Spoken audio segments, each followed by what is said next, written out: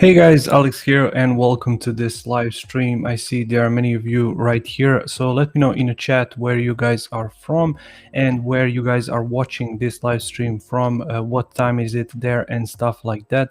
Welcome to this live stream. As I said, in today's live stream, we are going to cover how to find UI UX design job, even if you never worked as a designer before.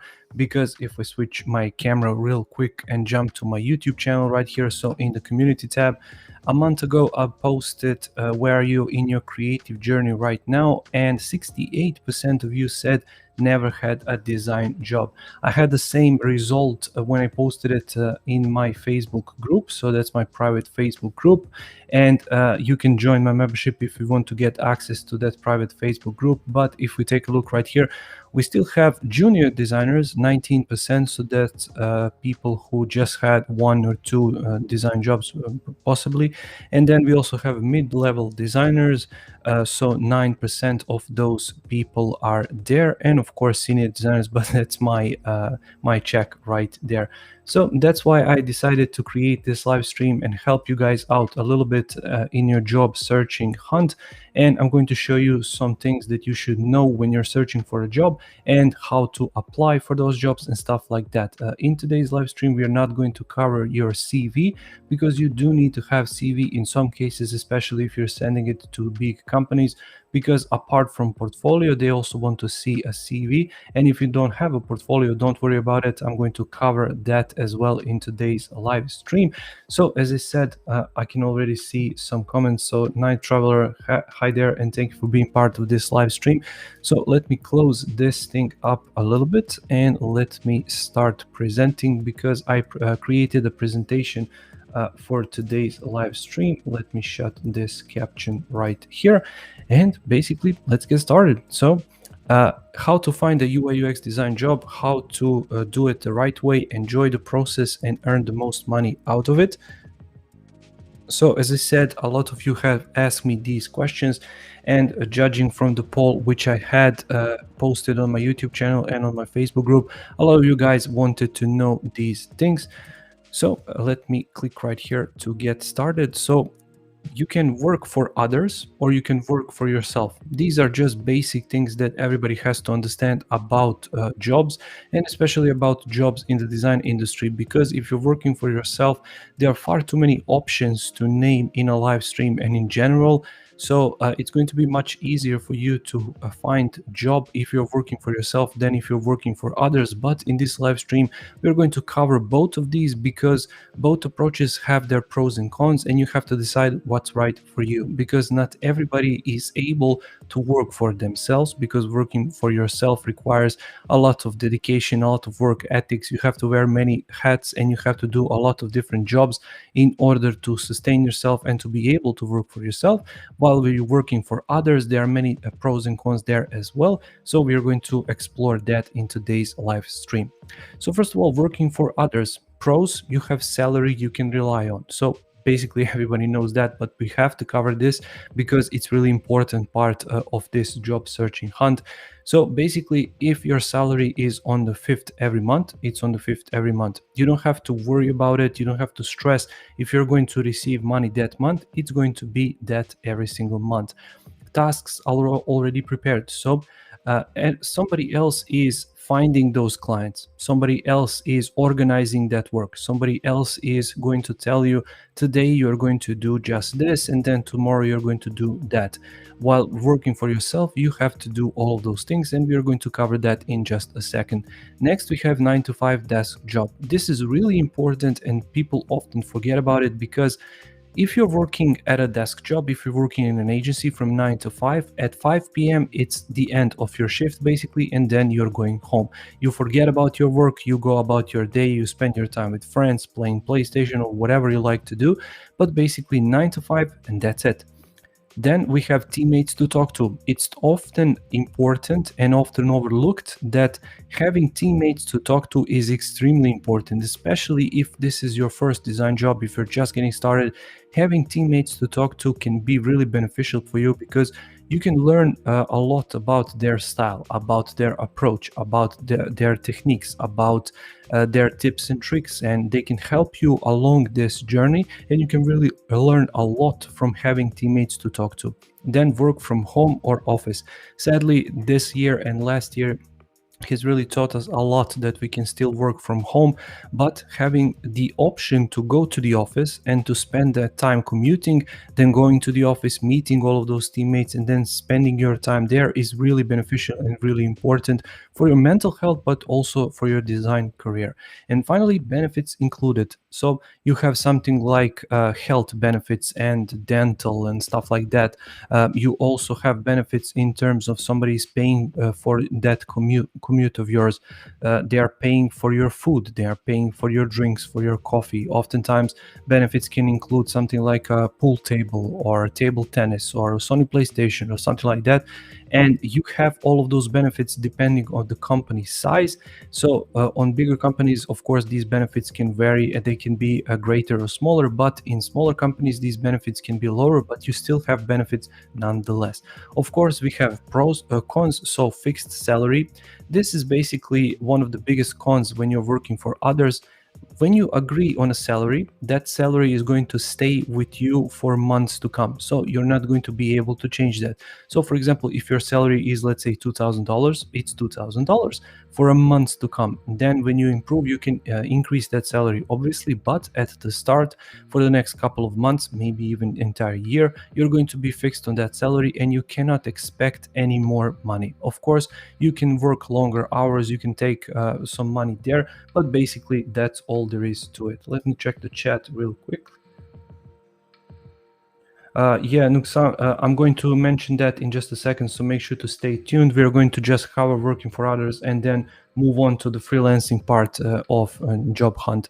So projects can be boring quite quickly. This is one of the main cons when you're working for others, because if those people are working in a niche, for example, car niche, you're always going to work on car projects. So those kinds of projects can be boring really quickly, and you can get drained quite quickly. And that working environment can be really stressful sometimes, because you're always going to work on same projects all over again. You're going to use the same copy, you're going to use same types of images, you're going to use same layouts. So all of those things can be really difficult to work through, especially if you're just getting started and this is your first job.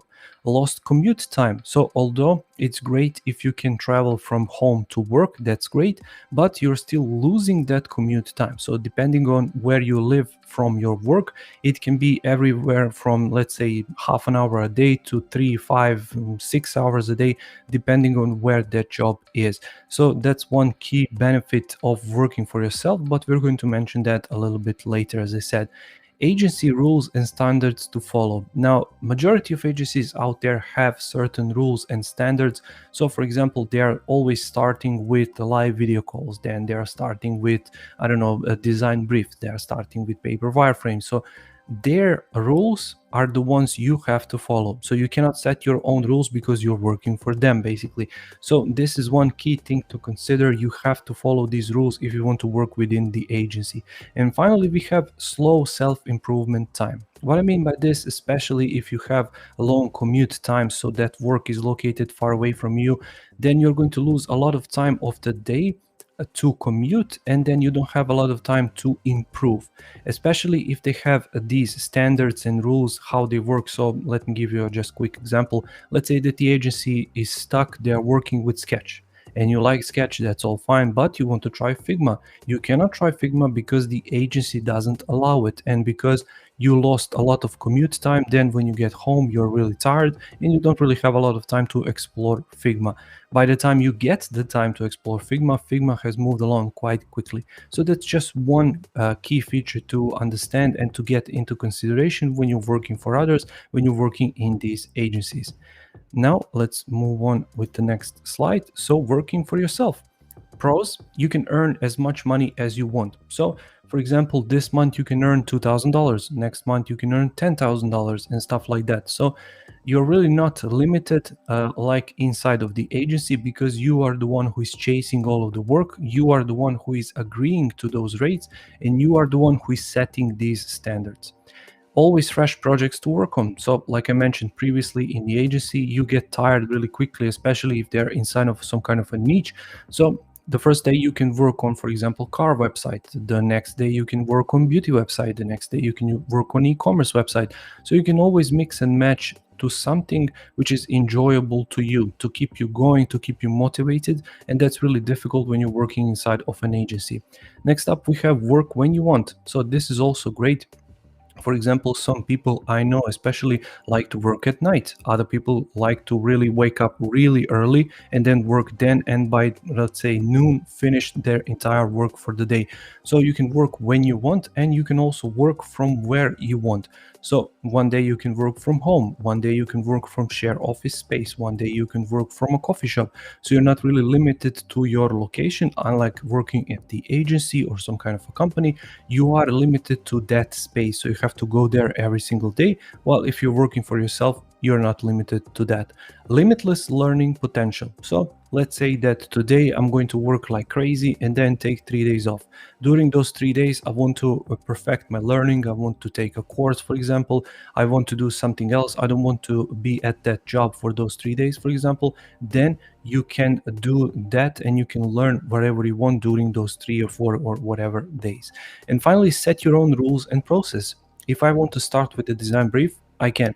If I want to do my communication simply via email, I can do that too, because I am the one who is setting my own rules and processes, and my clients are the ones who have to follow these. Usually, when you're working inside of the agency, somebody else is dealing with the entire communication. You're just getting the tasks to be done. But here, you can be the one who is in charge of the entire communication, and you can be the one who is setting your own rules and processes. Finally, there are cons here, quite big ones.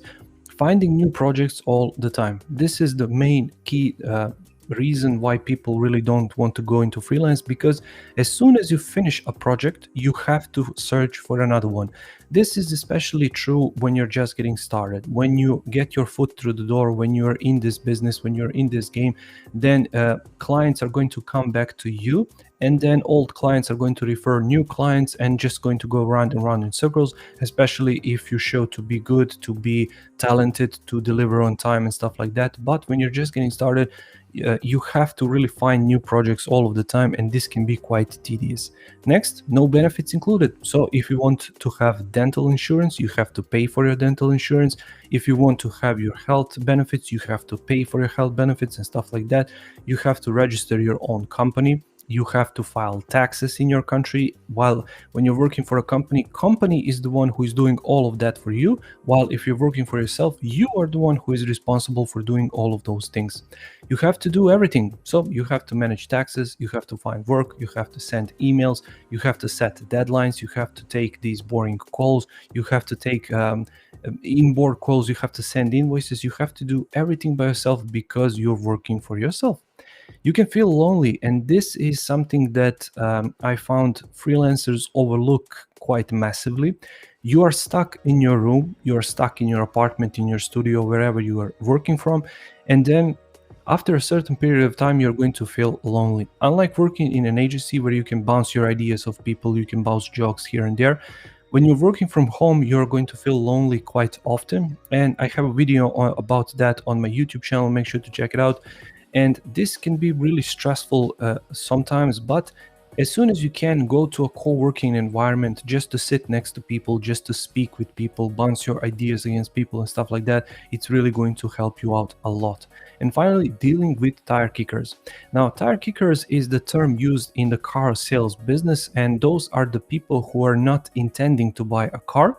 They're just bored at home, and they're just going to go to the showroom just to check the car out, just to ask a bunch of these different questions to the salespeople without any intention of actually buying that car. So these are what's known in the industry as tire kickers, and it's the same in design. These are the people who are just bored at home. Perhaps they have the business idea, perhaps they really want to get into business with you as a freelancer, but not at this point. They're just feeling your pulse, they're just taking some prices, they're just learning how all of this goes, and those people can be really difficult sometimes, and they can be met at any stage of your design career. So where you're just getting started or you're a senior in this business for 10, 15 years, it doesn't matter. You're always going to have these star kickers. So make sure to spend a bit of time up front to understand how to deal with these people and perhaps have onboarding call with them. What that means is on that first call, you're going to spend your time there, and then for the next call, you're going to charge them. So first call is free, just to understand who they are, of course, just to meet them, to greet them, to understand what their problems are in their business. But then every other call after that, make sure to charge for that call, and then you're going to distinguish star kickers from actual clients with actual problems who do need your services. So that's just one tip there. You need a portfolio. So because you are doing visual work, you need to show those visuals to people. That's why portfolio is crucial in finding UI UX design work. Now, unlike many different categories out there, design is something which is quite visual. So you really do have to have a portfolio. You really do have to have a way to show your skills to people. You cannot just say, yes, I'm doing website design, but where are those websites? I need to see those websites. And don't worry, in just a second, we're just going to jump into the part as even if you don't have a design portfolio, I'm going to give you some tips as to how to create it. But just make sure to understand having a portfolio in this business is extremely crucial. I had people approaching me basically every single year doing this, saying something like, I'm a senior designer. Okay, where is your portfolio? I don't have a portfolio. So how can I trust that you're a senior designer having all of this experience when you don't have a single piece of work to show me in order for me to hire you? So having a portfolio is really important. And in the next few slides, I'm going to show you how you can get it, even if you don't have a design experience. So let me switch to this next slide. So what you can do at the start is create 3 personal projects. Now, those personal projects can be created from scratch and post them as personal projects on Behance. This is really important because then you are showing people that these are not real projects, they are not coded, they are not finished, these are personal projects. So hiring managers, art directors, people like that are going to understand, okay, this person doesn't have any experience, but let's check them out, because hiring managers and art directors are doing this all the time. They want to see fresh talent, because as soon as you jump inside of the agency or inside of the project, freelance project, whatever, you're going to pick that experience up really quickly. So even if you don't have any personal experience before working on real projects, having personal projects is extremely important. Why Behance and not Dribble? Because on Behance you can really show these long presentations, because design is all about solving problems. Yes, it's about looking good and having great graphics and animations and stuff like that, but at the end of the day, it's about solving problems. So invent a problem, those clients, so clients because you are the one who is imagining this personal project, but nonetheless, make sure to create a client and to create a problem and then solve that problem through your design and through your presentation. So invent a problem those clients are facing and then solve them through research, planning, and visuals. This is really important because you can create your presentations in stages so potential clients can see your problem solving process and how you got to that end result and finished design. Once again, we're going back to it. It's not just about looking pretty, it's about solving real problems. How that you got to that end solution. Let me see your thinking process. Let me see your working ethics. Let me see your attention to detail. How much time are you willing to spend on each project, and how that time on that project actually looks like. Are you just involved in creating paper wireframes? Are you just involved in animation? Are you just involved in, I don't know, final design or presentation using mockups? How does your work process looks like? Clients really want to see all of those things, especially clients who are already in some kind of a business, clients who already hired designers in the past. So make sure to show all of those details in your presentations. I have a course about case studies in my membership. You can check the link in the chat. I posted it there. Join the membership and then take this course, because in it I explain all of the different stages that your case study needs to have. It doesn't have to be a case study for the client you already taken, but it can be for personal projects as well, because this is really going to help you massively improve the chance of you getting a job through Behance or through your email, through your personal website, whatever, because those clients are going to understand your thinking process and your working ethics and attention to detail. Finally, use mockups, images, clickable prototypes, and videos if possible to show the end result. So it's not just slapping a bunch of images to a page and then upload it to Behance. You can do that too, but once again, it just shows that you don't pay too much attention to details. There are a bunch of free mockups out there. There are a bunch of 3D mockups out there, GIF creators, all of those things. And if you're using Adobe XD like I'm doing on this channel every single day, then you can record a video directly from Adobe XD. You can post that video to Behance. You can create clickable prototypes, and then you can take your phone, record yourself. How are you interacting with that app? If the app is in question, if the website is in question, then make sure somebody else to record you with your phone. How are you showing that website on the actual screen, on the actual computer screen, and stuff like that.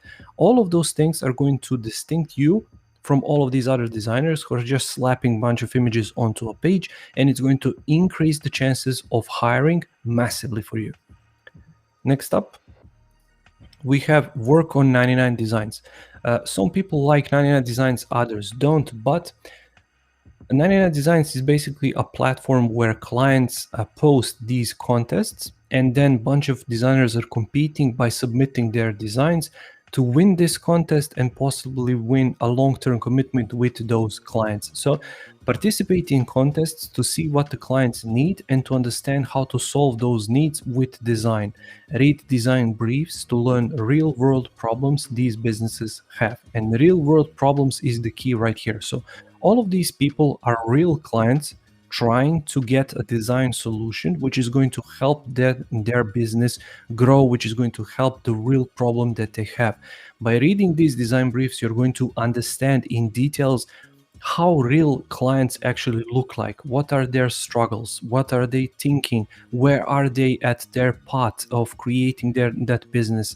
How their design is structured, if they have a design already, if they need design change, how can you help them with your design solve that problem and improve that design overall. So all of these things are really important in your design career overall. So working on 99 designs can really help you get started, especially at the beginning of your design career.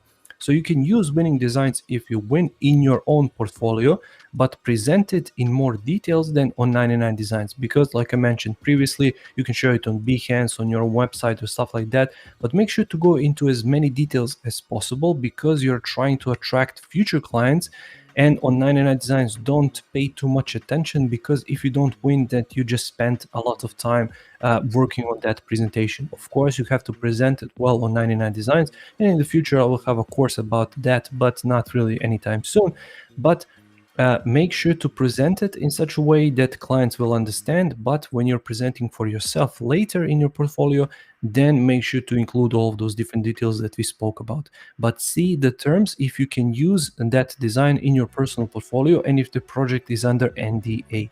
NDA means non-disclosure agreement, which basically means that you cannot take that design and put it in your portfolio after a certain date. So usually it's when the website launches or something like that, then it's not really secret because it's already live.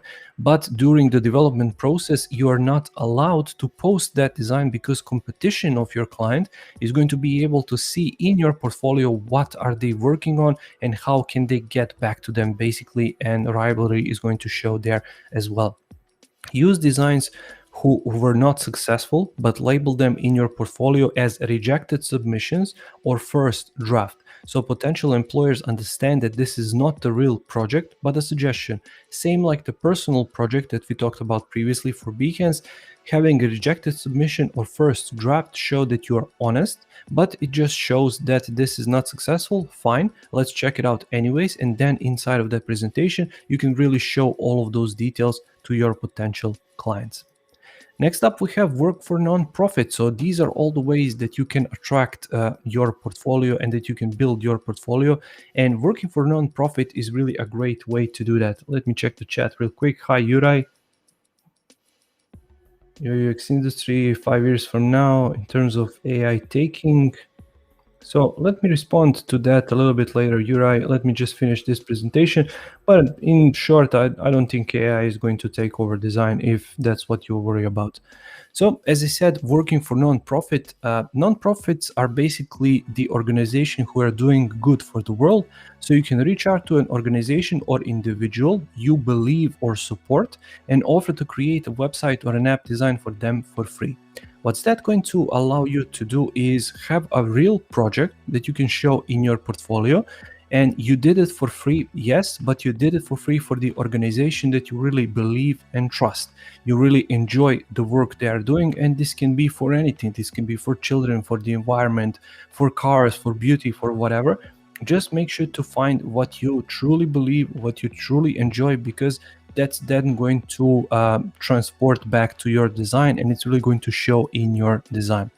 Create a presentation for that design in your portfolio and show how you solved problems through your research and design to give them the idea about what you can do for them, because these nonprofits are gladly going to share your designs to other people on their social media, via email, in meetings and stuff like that. So having a good presentation once again about what was the problem you solved, how you arrived to that solution, what are the steps you took, you going into too many details and stuff like that is really going to help you get additional work for all of those other non-profits. But this time you're going to do it for money. This first one is just for free, but all of these other ones are for money. That's how you get exposure, that's how you get experience, and that's how you get a portfolio piece. Get mentioned from that nonprofit on their website or app so other people can contact you directly.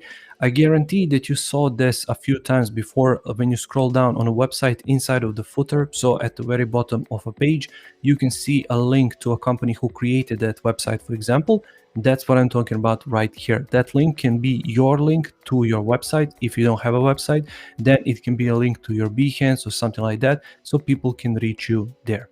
Do this with the brands you truly love and support so you can enjoy the process. So this is what I mentioned. If you're doing this for something that you're not interested in, it's not really going to be an enjoyable experience, not for you, not for that brand or nonprofit. So once again, make sure it's something that you truly enjoy, truly support, and it's really going to end up quite well for you. Next up, we have Redesign A Well-known website, and I guarantee that you saw this a lot of times, especially on Dribbble. People redesign these websites all the time. So you can find something like Wikipedia, for example, or Amazon website or something like that, and you can research a well-known website. So research is the key right here, to understand what are some benefits and drawbacks of the current design. Understand what you can improve and present that idea. So you're not just doing redesign for the sake of it, you're doing redesign to solve the problem of usability, for example, or if it's a well-known page for, let's say, e-commerce, how can they improve their conversion? How can they show the product better? How can they arrive to the checkout much quicker and stuff like that? So make sure to research, to see their problems, to understand their problems, and then how can you actually solve those problems? So you can be detailed and go from the problem to solution in steps, like I mentioned previously, so future employers can understand that you went through that process on that project and how it can help them. Once again, somebody else who is looking this presentation can understand and can put themselves in those shoes for their particular business, so you can help them in the future. Create a better looking UI, but don't do it for the sake of design, like I mentioned previously, but for the sake of actual problem solving, like better click-through rate, readability, ease of use, and stuff like that.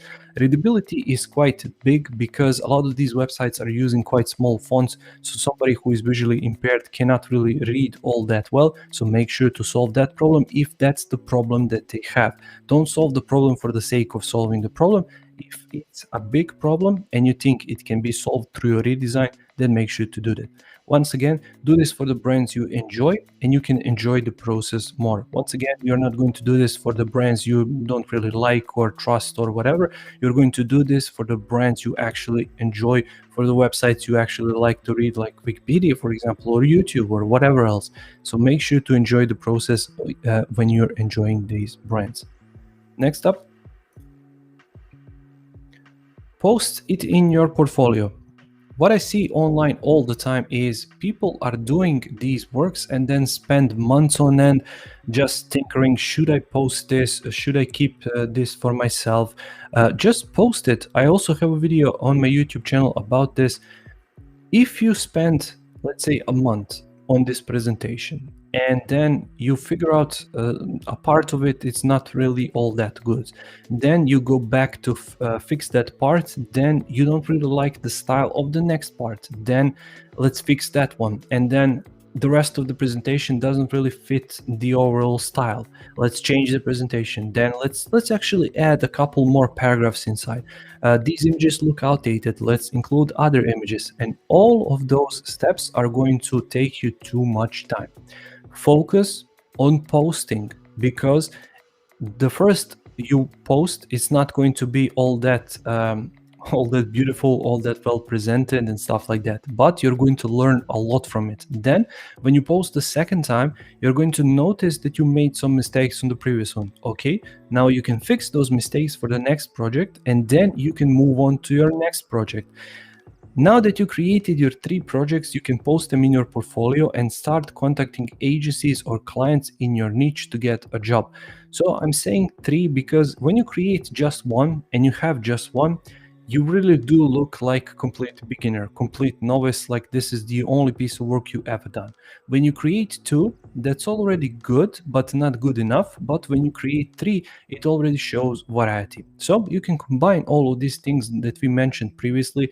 So you can invent your own personal project. You can do this 3, 4, 5 times, however you want, and however much time you have to invest in this. You can work for non-profit. You can redesign a well-known website. You can work on 99 designs. So you can combine all of these details, but make sure not to spend too much time on these presentations, once again, because you're doing this to find work.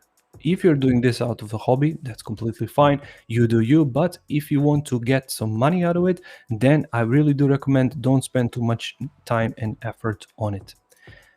How to find design agencies. So now that you have your portfolio and that you posted your work in portfolio, how to find design agencies to hire you.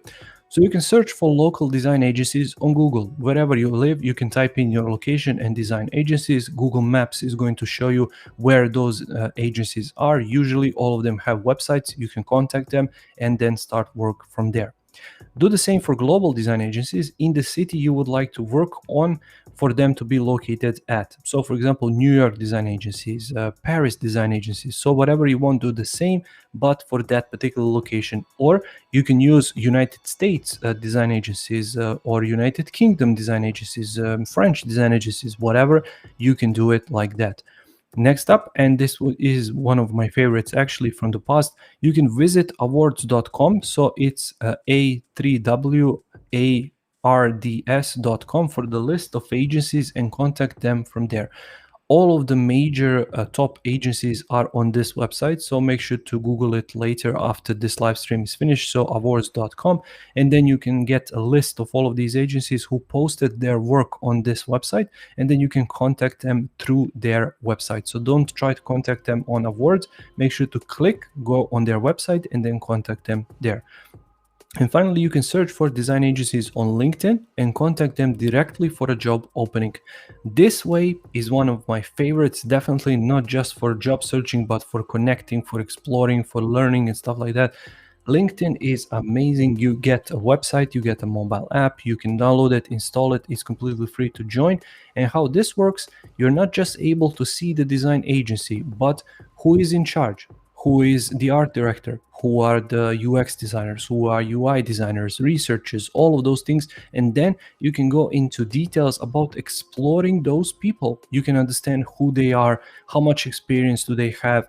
If the agency is posting something on LinkedIn, then you can read those posts to understand, for example, what kind of tools do they use. So when you contact them later, you already have all of this information about them, so that your approach can be much more formatted. For example, hi there, I'm looking for a job. I'm a junior designer. I'm just getting started. Do you have some openings? I saw that you're working in Adobe XD. I truly love Adobe XD and working on it every single day. So straight away, you made that first step. Yes, it's difficult. Yes, it's scary, but you made that first step and they're really going to appreciate you for making that first step. You already mentioned that you explored them and they are going to notice that you did. And you already mentioned Adobe XD. That can be Figma, that can be Sketch, that can be, for example, they are doing paper wireframes all the time. They are doing rapid testing or I don't know, whatever it is.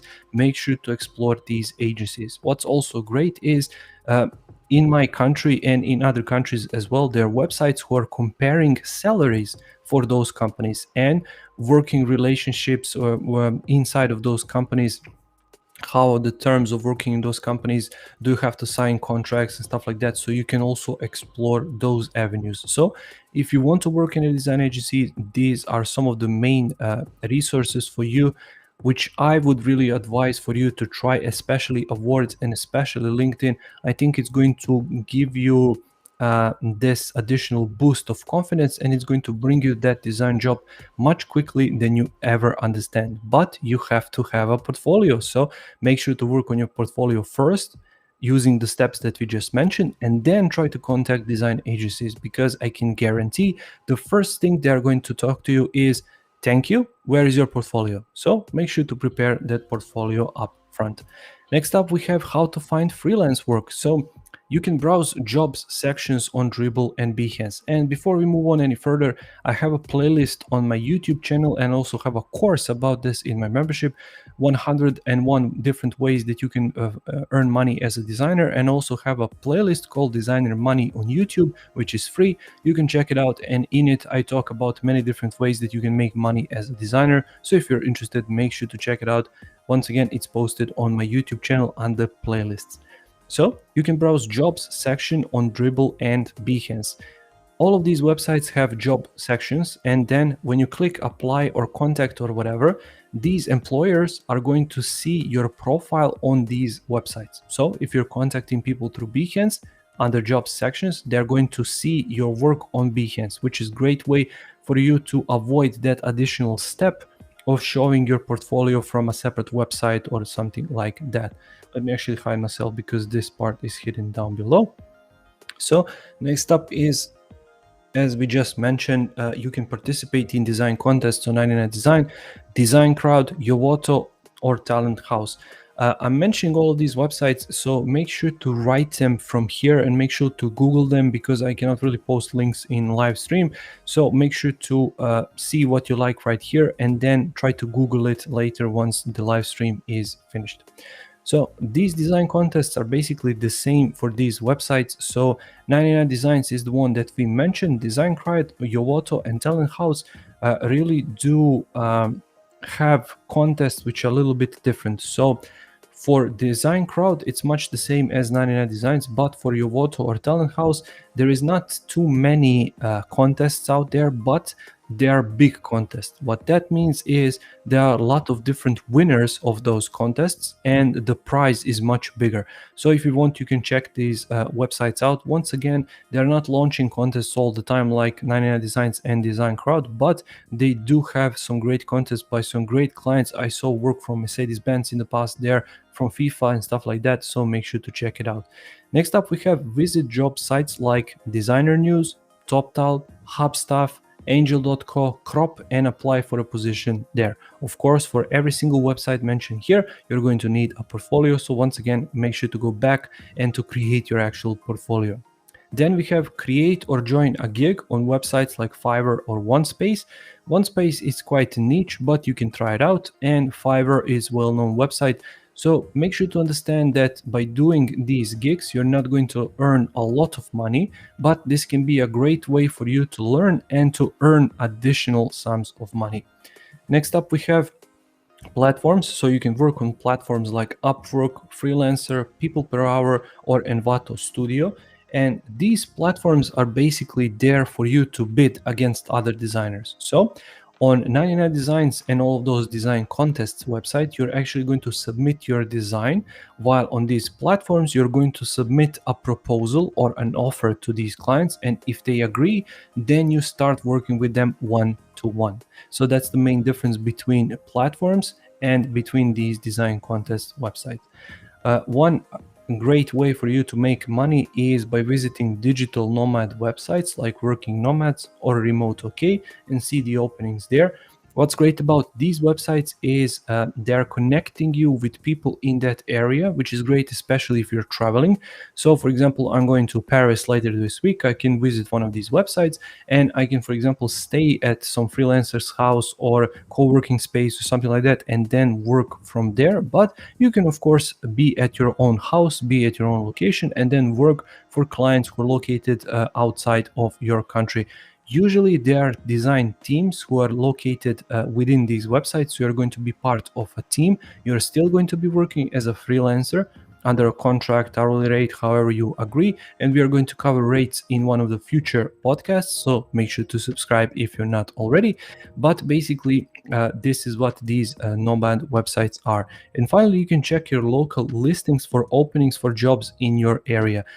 Usually, every single country has different listings, but you can start there. You can visit your local businesses directly, go from door to door, or you can check your local listings and then present your portfolio when you contact them. But once again, we're always going back to that portfolio. You need to have a portfolio. This takes time. So everything in life takes time. So if the first job doesn't work for you, change it, try the agency, then freelance and see what works for you. You have to test for years in order to find the best solution, but just know that it takes time. Good luck with your job hunt and remember, just hit publish. So basically that's it for today's live stream. I really hope that you got some value out of it. I know I said portfolio too many times in this live stream, but that's just because it's really, really important for you to have a portfolio. Let me check the comments. We didn't have any additional comments. So if you didn't already, make sure to subscribe to my YouTube channel. I post videos like these, live streams like these every single week about Adobe XD, passive income techniques, design tips, and much more. So if you don't want to miss content like that, make sure to subscribe. And if there aren't any other questions, there are not. So I will see you in the next video and make sure to stay tuned to the channel because a lot more additional content is on the way. So I really hope you enjoyed this live stream. And as I said, in some of the future live streams, we are going to cover, for example, creation of your CV. In some others, we are going to cover, for example, how do you charge for projects and stuff like that.